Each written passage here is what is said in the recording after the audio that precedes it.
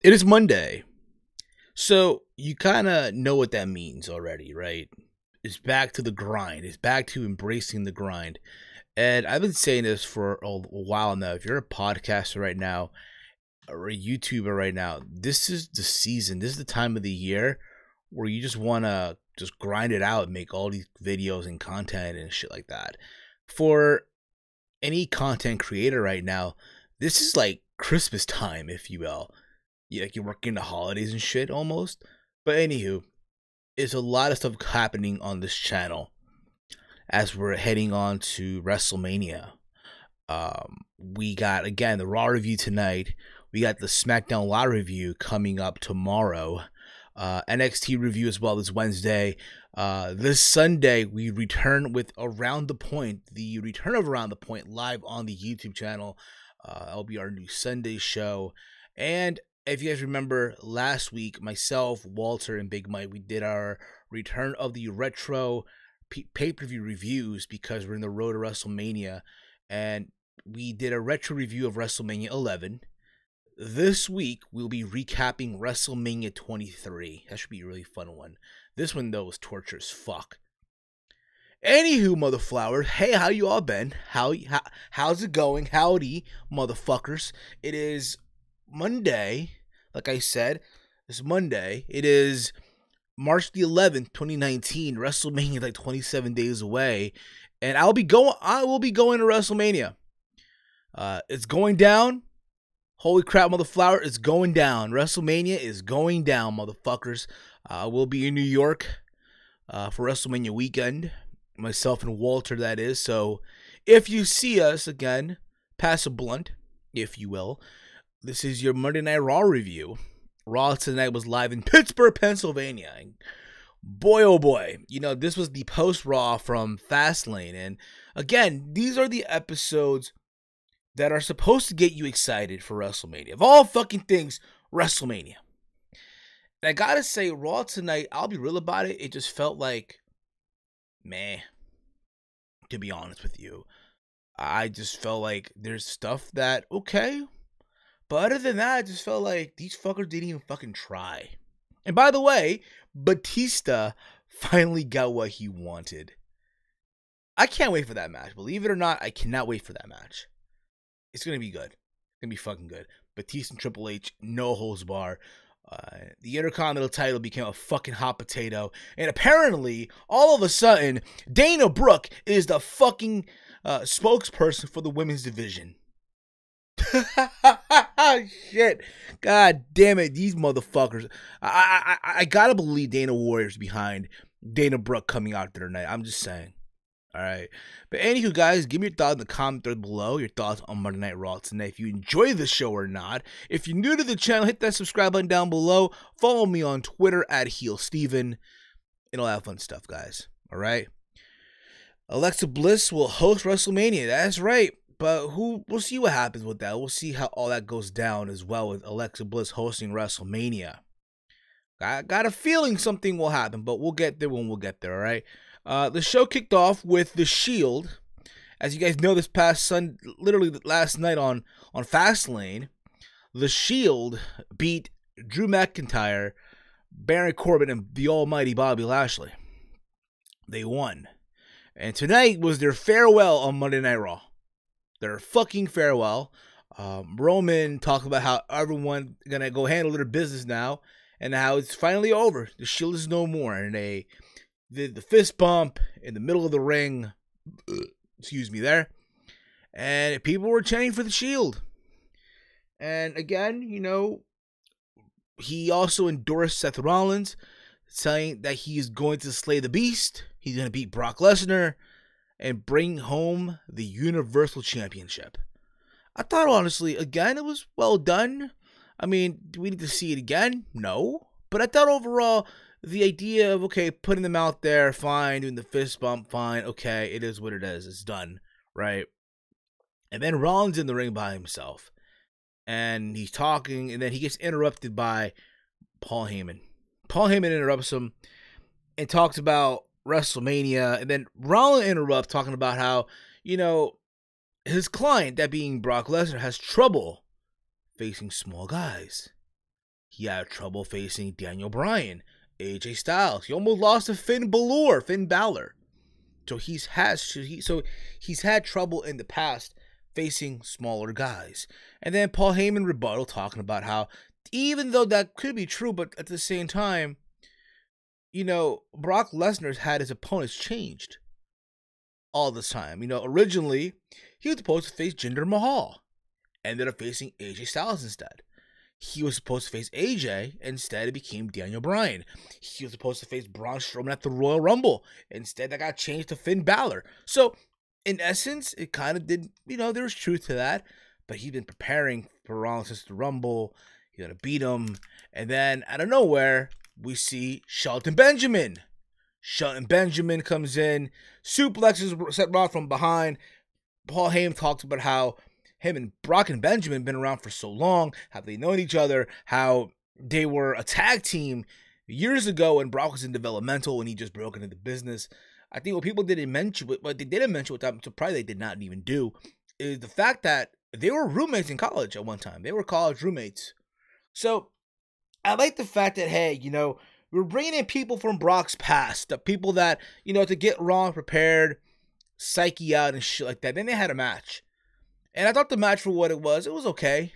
Back and forth. Benjamin hit Rollins with a lot of German suplexes. And then eventually Rollins countered and fought back and hit Benjamin with the stomp for the 1-2-3. And again, I totally forgot Benjamin was employed by WWE. It totally slipped my mind. I mean, think about this, right? If you wanted to make someone the U.S. champion over on SmackDown Live, why not Shelton Benjamin instead of R-Truth? But that's just me, of course, okay? You guys, by the way, kicking ass in the chat. Guys, chime in your thoughts on what I'm saying, your thoughts on the opening segment, your thoughts on, I guess, Shelton Benjamin doing the bidding for Brock Lesnar, if you will. We then get the Intercontinental Championship match that no one fucking asked for.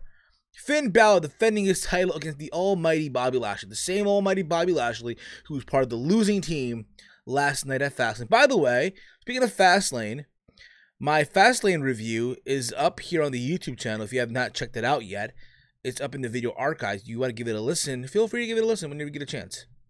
Anyway, moving back to Monday Night Raw. Here's the thing with this match. This is what kind of like, irked me a little bit. We're treating the Intercontinental title like a fucking hot potato. You know, Finn Balor won it a couple weeks ago. Fine, he's had this run with the belt. Not even a long, lengthy run, like a short run. And now here's Bobby Lashley, the almighty, getting the belt back like it's nothing. And again, the Intercontinental title now feels like a joke. And he won because Finn was about to go for the coup de grace. And then Leo Rush distracted him by ringing the bell. And as Balor could go for the jump, he gets caught in the air by a Lashley spear for the 1-2-3. So Lashley now the new Intercontinental Champion. My prediction for WrestleMania is that they're going to do a multi-person match with the belt. They might do Lashley with Finn Balor.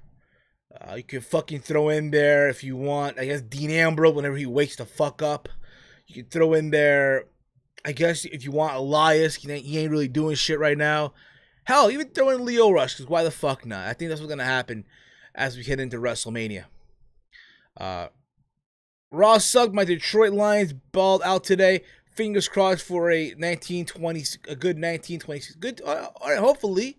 I'm not really a football fan. I know Big Mike in the chat is also a Lions fan, so you guys can talk about that. Let's move on with here. So then we get to the part that I kind of laughed about, all right? We got Ronda Rousey. Ronda Rousey, the Raw Women's Champion, who comes out there after causing the disqualification last night in the Becky and Charlotte match. And she got a promo about how the fans, the WWE Universe, are bandwagon bitches. I love how they censored her, by the way. And how WWE is fake incarnate. She basically talked about how Becky's a joke, Charlotte's a joke. They consider the WWE like their church and sanctuary, and how she is going to demolish all of them and shit like that. And everyone booed and all that crap. I get it. And She talked about how if she want, you know, at WrestleMania, it can be made to a 2-on-1 handicap match, and it'll be a shame if Ronda breaks a sweat. And then, okay, and out of nowhere, we get interrupted. Not by Becky Lynch, not by Charlotte Flair, but you know by who? Who the fuck comes in? Try to be the savior of the women's division? Dana fucking Brooke. Let that sink in. Dana Brooke shows up, talks about how she's not going to allow Ronda Rousey to disrespect the WWE Universe.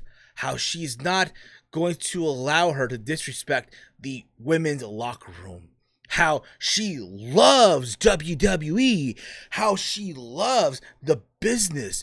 My only question is, Dana, when the fuck did you ever give a shit?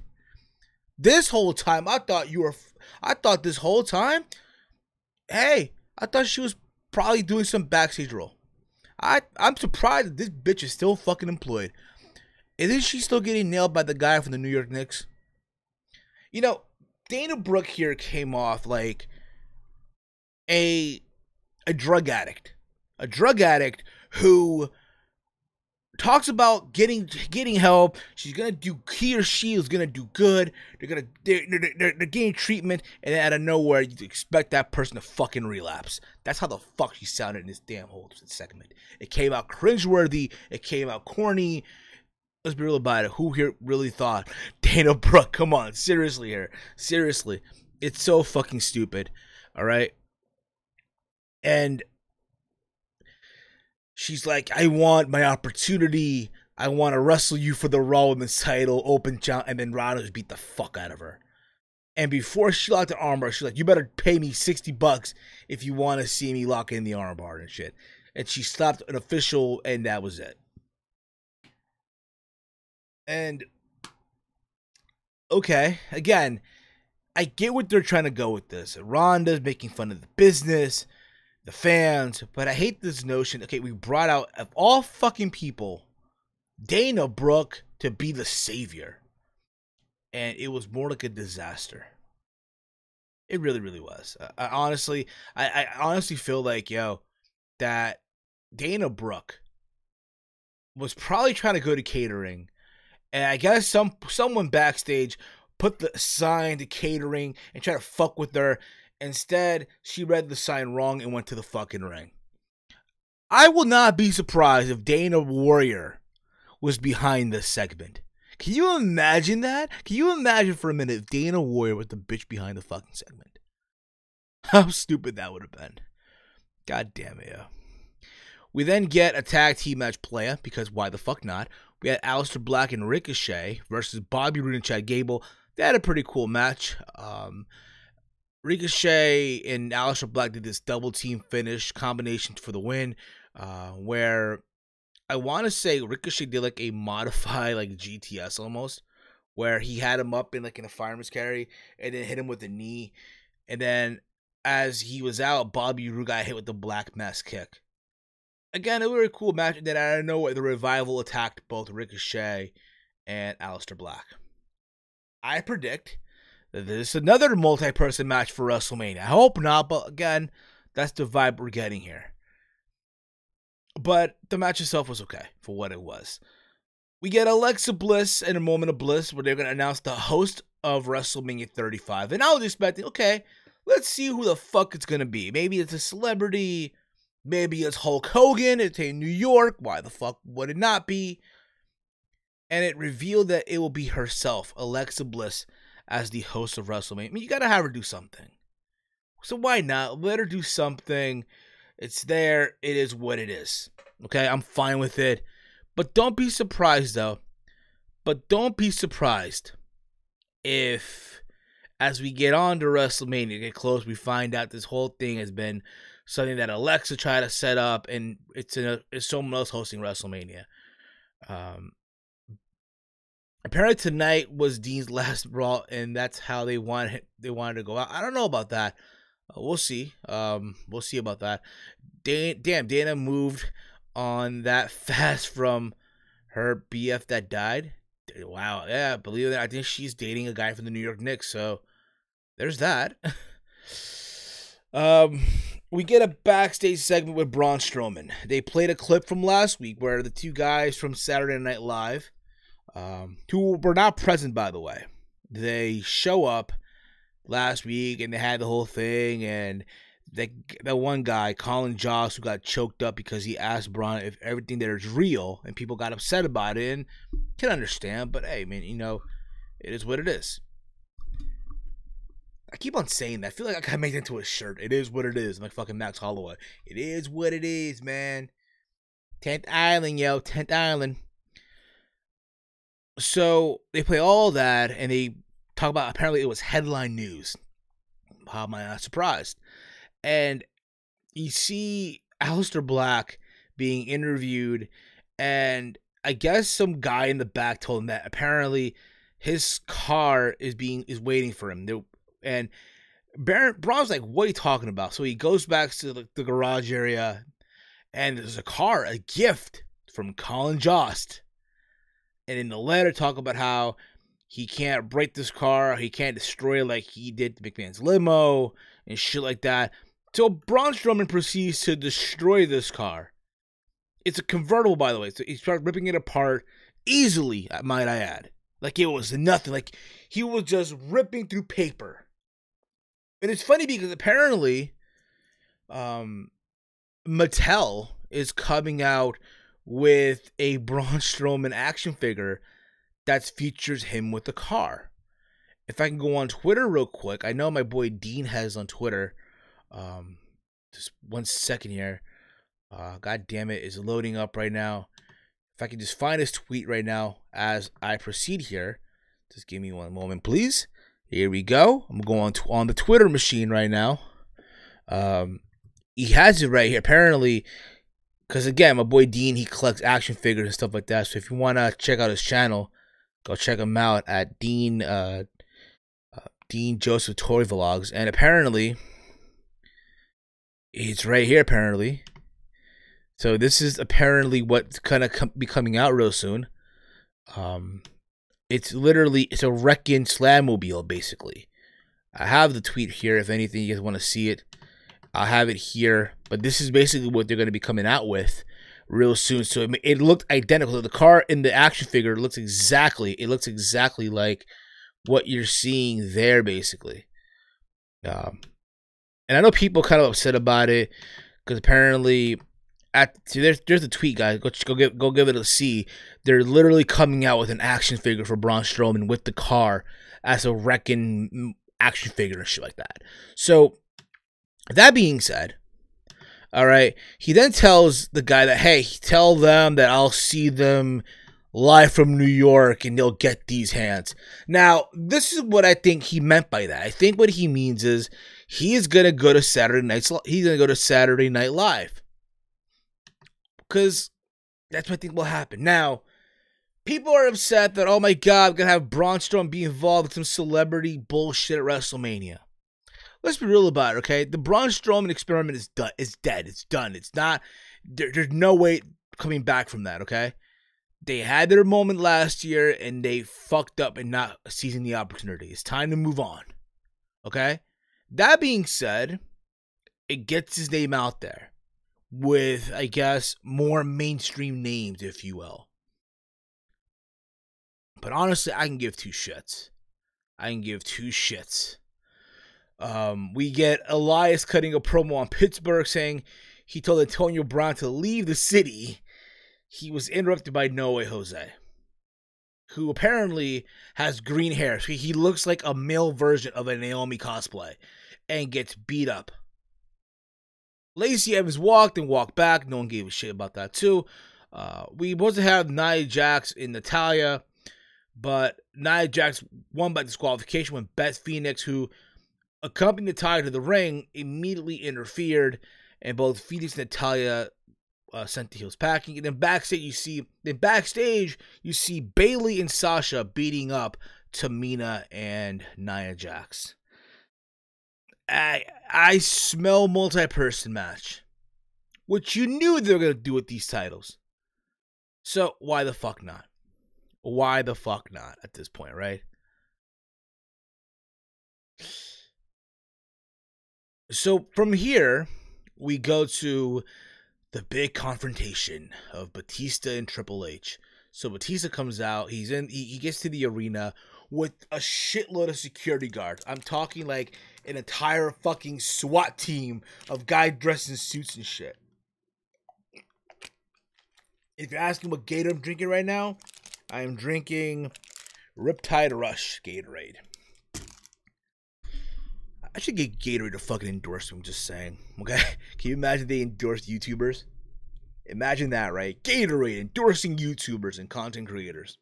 Why the fuck not? I want cotton candy flavor, might I add. Anyway, moving along here, okay? So we get the whole confrontation. Triple H shows up to the ring first. He's in his jean jacket, no suit, just ready to fight. Get his hands all taped up. He calls out Batista. Batista comes out with this whole security team and just stare off. And Triple H proceeds to calling him like a nose ring model and shit, just standing there, say something. And basically Batista just told him, give me what I want. Give me what I want. We're going to do things in my term. I call the shots right now. Give me what I want. Give me what I want. Give me what I want. Give me what I want. Give me what I want. And it's funny because Triple H responds by calling the security team the Guardians of the Independent Scene, which I thought was funny because, again, 9 times out of 10, all those guys were independent talent from the local Pittsburgh area. Whatever. And again, Batista, what he wants is a match with Triple H at WrestleMania, his farewell match, right? And here's the thing about it. He talked about how it's killing Triple H inside. You can just tell by the look in his face. Now, here's my thing, okay? And yeah, that may be true. But at the same time, should we forget that, that Batista already beat Triple H 3 times already? Triple H does not have a win over Batista. So all this going back and forth, I feel like it should be Triple H demanding the match, not Batista. But that being said, Triple H goes, you want the match, you're on. You're on. And apparently it's going to be in a no-holds-bar at WrestleMania. A no-holds-bar match, which, again, I'm all for. Don't be surprised if it's the match of the night. And here's what I mean with that, okay? Just the build-up to this shit is going to be entertaining as fuck. I thought this segment was pretty good. My honest opinion. But guys, give me your thoughts. Your thoughts on Triple H and Batista. Your thought, do you think this will be the match of WrestleMania 35 coming up at MetLife Stadium? And are you like me who probably thinks that, you know what, the match will probably be but it's mostly more because of the build-up and the storytelling leading up to the match. I would really love to hear from you guys in the comment threads below. If not, let me know on Twitter at HeelSteven. So there you go with that. Glacier Cherry is better. Maybe so. That's a pretty good flavor as well. But again, I like the blue flavors, believe it or not, when it comes to Gatorades. Let's move on here, guys. Let's move on. Okay. We get Kurt Angle's big announcement. He announces that at WrestleMania, it will be his farewell match. His farewell match to being around for so many years. And he also announced that this will be his final match in Pittsburgh. So he faces Apollo Crews. And the match, for what it wasn't anything to go crazy for, other than, hey, Angle beat Apollo Crews with the Angle Slam. My only question is, who's he going to face at WrestleMania? People will say Cena, but I think Cena and Joe is going to happen for the U.S. title. And I'll say this. Kurt Angle, say what you want about him, but the guy's always been a cyborg. I've always said, if pro wrestling was real, if you will, Kurt Angle would be the world champ. But that being said, had an amazing run in WWE, an amazing run in TNA, Impact Wrestling, probably one of the best stars that come out of Impact Wrestling, if you will. But again, to each their own. But nonetheless, I'm going to miss Kurt Angle. He was a big part of my childhood. So my only question is, who the fuck does he face at WrestleMania in his farewell match? And this is what I'm just throwing out there. Because, again, who the fuck knows? But I would say, believe it or not, EC3. Why not EC3? And I get people gonna say, oh, but EC3, he's being buried right now. He just lost to Tyler Breeze at the main event. Which, again, it's sad, believe it or not. And he got, quote-unquote, buried by Sonya Deville last night on the pay-per-view. But you know what? It's about, again, taking a chance. So why the fuck not? I would not mind seeing EC3 versus Kurt Angle WrestleMania. I know they had matches before in Impact Wrestling. So why not? It could happen. But guys, give me your thoughts on that. Who would you want to see Kurt Angle face at WrestleMania in his farewell match? Or if not, let me know on Twitter at HeelSteven. And then we get the announced match of Roman Reigns and Baron Corbin. That was the advertised match. It never happened. It never happened because Drew McIntyre attacked Roman Reigns, hit him with multiple Claymore kicks, including one onto the ring post. Doctors and referees ran down to stop the fight and chuck on Roman for several minutes. And Roman looked out of it. He looked dizzy. Rollins came out there as well to check up on Roman. And I ain't gonna lie to you, a part of me thought that somewhere in this whole thing, Roman Reigns was gonna turn heel and attack Seth Rollins. That's what I shit you not, that's what the fuck I thought. And I was waiting for it because you see them walking slowly towards like the back to the stage area or whatever, right? And they're walking on the ramp, and I'm just waiting for it. Like it's any time now, any moment now, Roman Reigns about to attack Seth Rollins, and it didn't happen. And they go to commercial break. You see them walking backstage, and they're going to the doctor's office, and they're accompanied by Dean Ambrose. Ambrose is angry as shit. He wants revenge, and he sees Triple H, and he demands Triple H to make the match official. Dean Ambrose versus Drew McIntyre in a Falls Count Anywhere match. And Triple H, fine, you have your match. And that's what we get. And you know what? People will say, oh, sympathy for Roman Reigns, what have you. Yeah, it was put that way too. But I think the writing's on the wall. You do, at WrestleMania, Roman Reigns versus Drew McIntyre. Because there have been rumors of them saying, oh, Roman versus Baron Corbin. Honestly, I have no interest, and I repeat this, I have no interest in seeing Roman Reigns versus Baron Corbin at WrestleMania live. I have no fucking interest in that. I think where you go is Roman versus Drew. That's the match you make at WrestleMania. And besides, it's not like Roman will be closing the show. Think about that for a minute too. So we get Dean Ambrose and Drew McIntyre in a Falls Count Anywhere match. The crowd at moments seemed dead. It's like they didn't really give a shit. They were fighting, through concessions.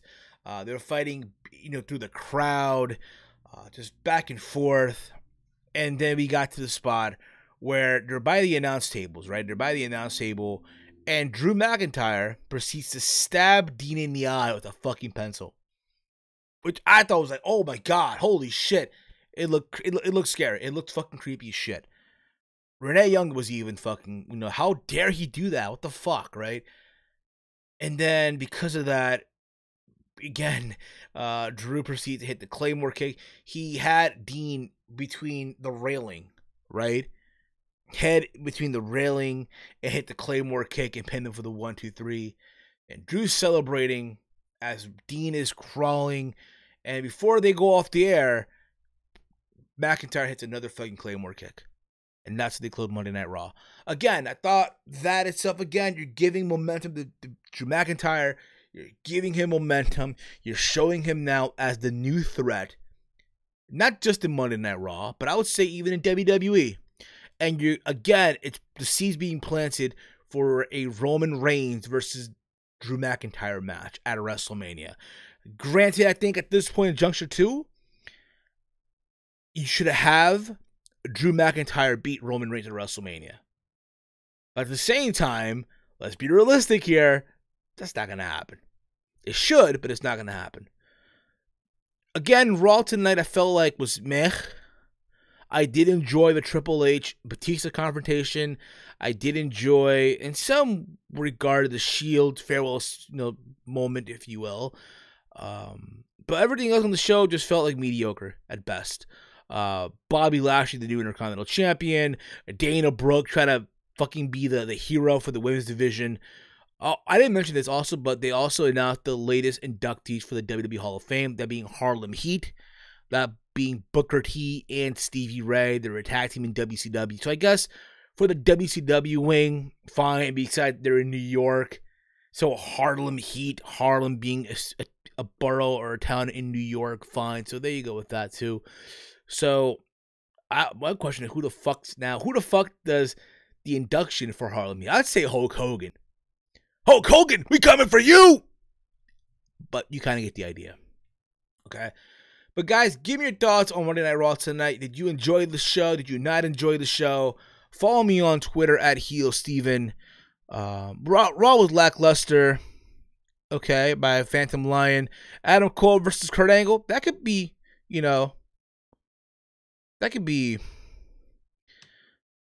something, I guess, right?